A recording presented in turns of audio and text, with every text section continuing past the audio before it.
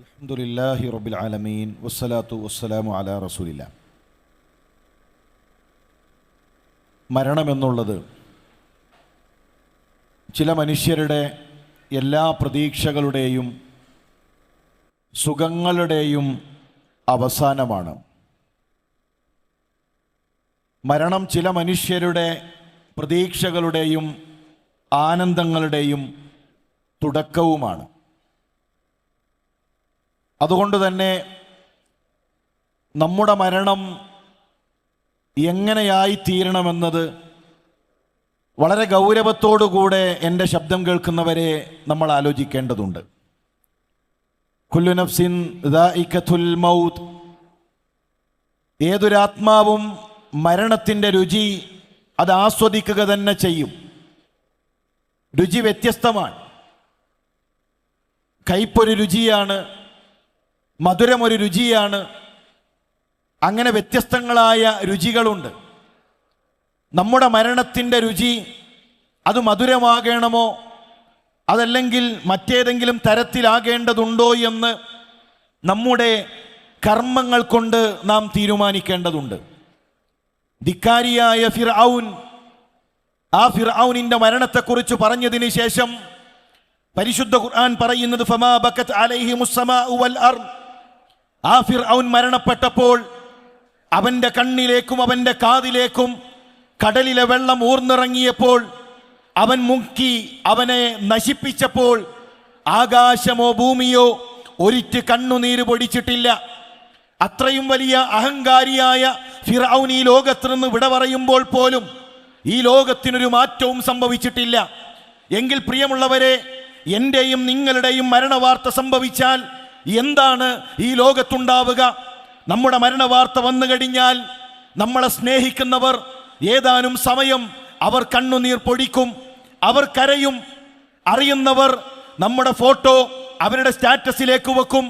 നമ്മുടെ മരണവാർത്തയുടെ മെസ്സേജിൻ്റെ താഴെ ഏതാനും പ്രാർത്ഥനയുടെ സ്റ്റിക്കറുകൾ വരും. അതിനപ്പുറം എൻ്റെയും നിങ്ങളുടെയും മരണത്തിനപ്പുറം എന്താണ് സംഭവിക്കുക? അതിനപ്പുറം അവർ നമ്മളെ മറക്കും. നമ്മളെ സ്നേഹിച്ചവർ, നമ്മളെ അറിഞ്ഞവർ, നമ്മുടെ അയൽക്കാർ, നമ്മുടെ കുടുംബക്കാർ, നമ്മുടെ പ്രിയപ്പെട്ടവർ, അവരുടെ ഓർമ്മകളിൽ പോലും ഇല്ലാതെ ഞാനും നിങ്ങളും മാറിപ്പോകും. പ്രിയമുള്ളവരെ, നമ്മുടെ മരണവാർത്ത അറിഞ്ഞു കഴിഞ്ഞാൽ ആശുപത്രിയിലെ തണുത്തുറച്ച ഒരു മയ്യത്തായി എൻ്റെയും നിങ്ങളുടെയും ശരീരം കൊണ്ടുവച്ച് കഴിഞ്ഞാൽ ഒരു 2-4 മണിക്കൂറിനുള്ളിൽ നമ്മുടെ ശരീരം മോർച്ചറിയിലേക്ക് മാറ്റും. ഡോക്ടർമാർ, ഡ്യൂട്ടിയിലുള്ള ഡോക്ടർ, അയാൾ വരികയും പരിശോധിക്കുകയും ECG എടുത്ത് നമ്മുടെ ഡെത്ത് സർട്ടിഫിക്കറ്റ് തയ്യാറാക്കി ഏതാനും സമയങ്ങൾക്കപ്പുറം അവർ നമ്മുടെ കുടുംബത്തെ മരണവാർത്തയെ അറിയിക്കും. ബന്ധുക്കൾ നമ്മുടെ മരണവാർത്തയെ അറിയും. പിന്നീട് അവിടെ ഡ്യൂട്ടിയിലുള്ള നേഴ്സ് വരികയും നമ്മുടെ ശരീരം തുടച്ചു വൃത്തിയാക്കി നമ്മുടെ ശരീരത്തിലെ ട്യൂബുകൾ എടുത്തുമാറ്റി കണ്ണുകൾ അടച്ച് താടി കെട്ടി വിരലുകളിൽ ടാഗ് നൽകി മോർച്ചറിയിലേക്ക് എൻ്റെയും നിങ്ങളുടെയും ശരീരത്തെ കൊണ്ടുപോകും. എന്തേ ഒരല്പസമയം കൂടെ അവിടെ വെച്ചാൽ, എന്തേ ഒരല്പസമയം ഒന്ന് കാത്തു നിന്നാൽ നമ്മുടെ അഴകുള്ള മുഖം അതിൻ്റെ നിറം മാറും. ആ മുഖം അഴുകാനുള്ളതാണ്. നമ്മുടെ ശരീരത്തിന് മാറ്റങ്ങൾ ഉണ്ടാകും, ദുർഗന്ധം വരും, ബാക്ടീരിയകൾ പെരുകും. പ്രിയമുള്ളവരെ, അവിടെയുള്ള രോഗികൾക്ക് പോലും, കണ്ടു നിൽക്കുന്നവർക്ക് പോലും പേടിയുള്ളൊരു രൂപത്തിലേക്ക് എൻ്റെയും നിങ്ങളുടെയും രൂപം മാറുമെങ്കിൽ അതാണ് മനുഷ്യരെ ഞാനും നിങ്ങളും, അതാണ് നമ്മുടെ ശരീരം. അതുകൊണ്ട് അഹങ്കാരങ്ങൾ മാറ്റി, വാശി മാറ്റി ഇനിയുള്ള സംസാരത്തെ ഒന്ന് ശ്രദ്ധിക്കണേ. പ്രിയമുള്ളവരെ, ഈ ജീവിതം പരീക്ഷണമാണ്. ഇന്നാ ഖലഖ്നൽ ഇൻസാന മിൻ നുത്ഫത്തിൻ അംശാജിൻ നബ്തലീഹി ഫജഅൽനാഹു സമീഅൻ ബസീറ.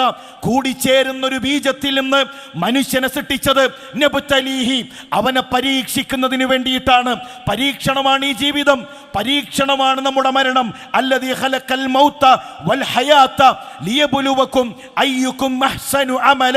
ജീവിതവും മരണവും പരീക്ഷണമാണ് കൂട്ടരെ. ഇത് കളിയല്ല, ഇത് തമാശയല്ല.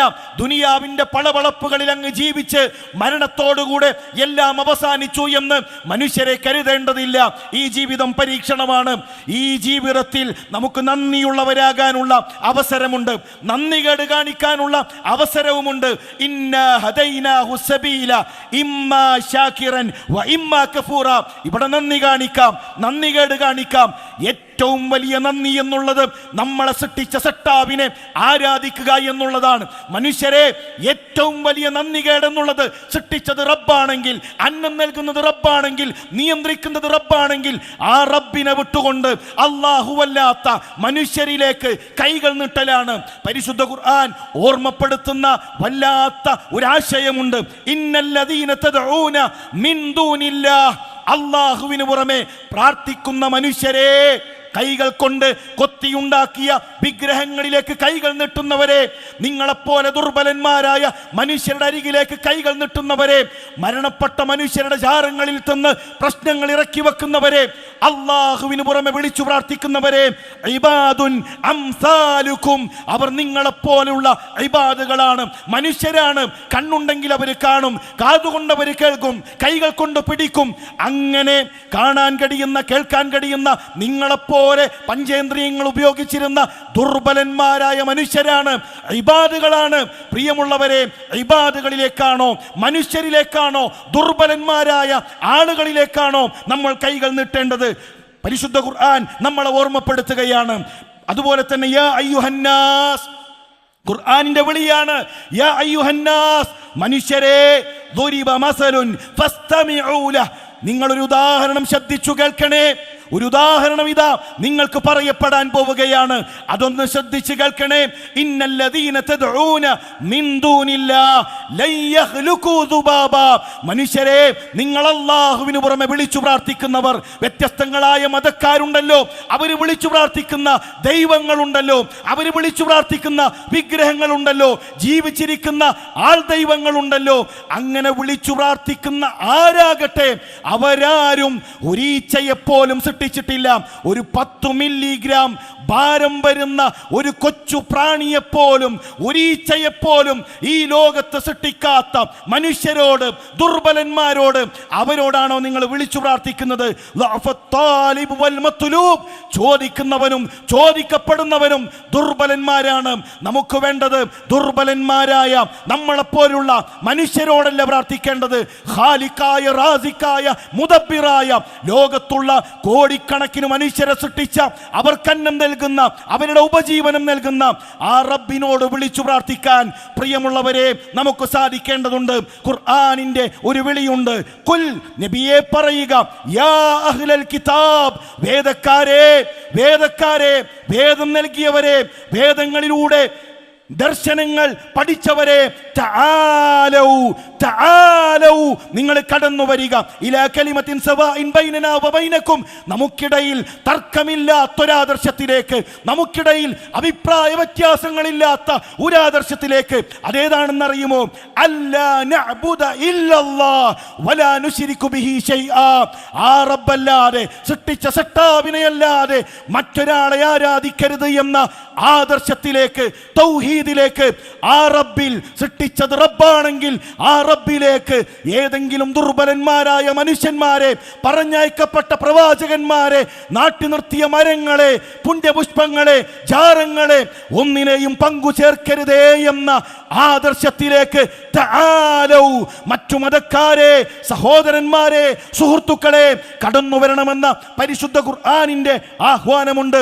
ഇനി അതിൽ നിന്ന് പിന്തിരിയുകയാണെങ്കിൽ ഫഖൂലു ശ്ഹദൂ ബിഅന്നാ മുസ്ലിമൂൻ, ഞങ്ങൾക്ക് പ്രഖ്യാപിക്കാനുള്ളത് ഞങ്ങൾ മുസ്ലിമീങ്ങളാണ്. ഞങ്ങളുടെ നെറ്റിത്തടം ഇതാ ഒരു ജാറത്തിന്റെ മുന്നിലും, ഒരു മക്ബറയുടെ മുന്നിലും, ഒരു മനുഷ്യന്റെ മുന്നിലും, ഒരു ബാബയുടെ മുന്നിലും, ഒരു ബീബിയുടെ മുന്നിലും, ഒരു തങ്ങളുടെ മുന്നിലും, ഒരു വസ്തുക്കളുടെ മുന്നിലും, റബ്ബല്ലാത്ത, ഞങ്ങളെ സൃഷ്ടിച്ച സട്ടാവല്ലാത്ത ഒരാളുടെ മുന്നിലും ഞങ്ങളുടെ നെറ്റിത്തടങ്ങൾ ഞങ്ങൾ വെക്കുകയില്ല. ഞങ്ങൾ മുസ്ലിമീങ്ങളാണ്, ആ റബ്ബിന് കീഴൊതുങ്ങിയവരാണ് എന്ന് പ്രഖ്യാപിക്കുന്നു. പ്രിയമുള്ളവരെ, മരണത്തിനപ്പുറം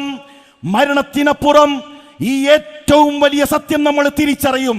ആ സമയത്ത് മനുഷ്യരുടെ സങ്കടങ്ങളുണ്ട്, മനുഷ്യരുടെ തേങ്ങലുകളുണ്ട്. അവർ തിരിച്ചു മടക്കാൻ റബ്ബിനോട് ആവശ്യപ്പെടും. ഹത്താ ഇദാ ജാ അഹദഹുമുൽ മൗത്ത് ഖാല റബ്ബിർജിഊൻ.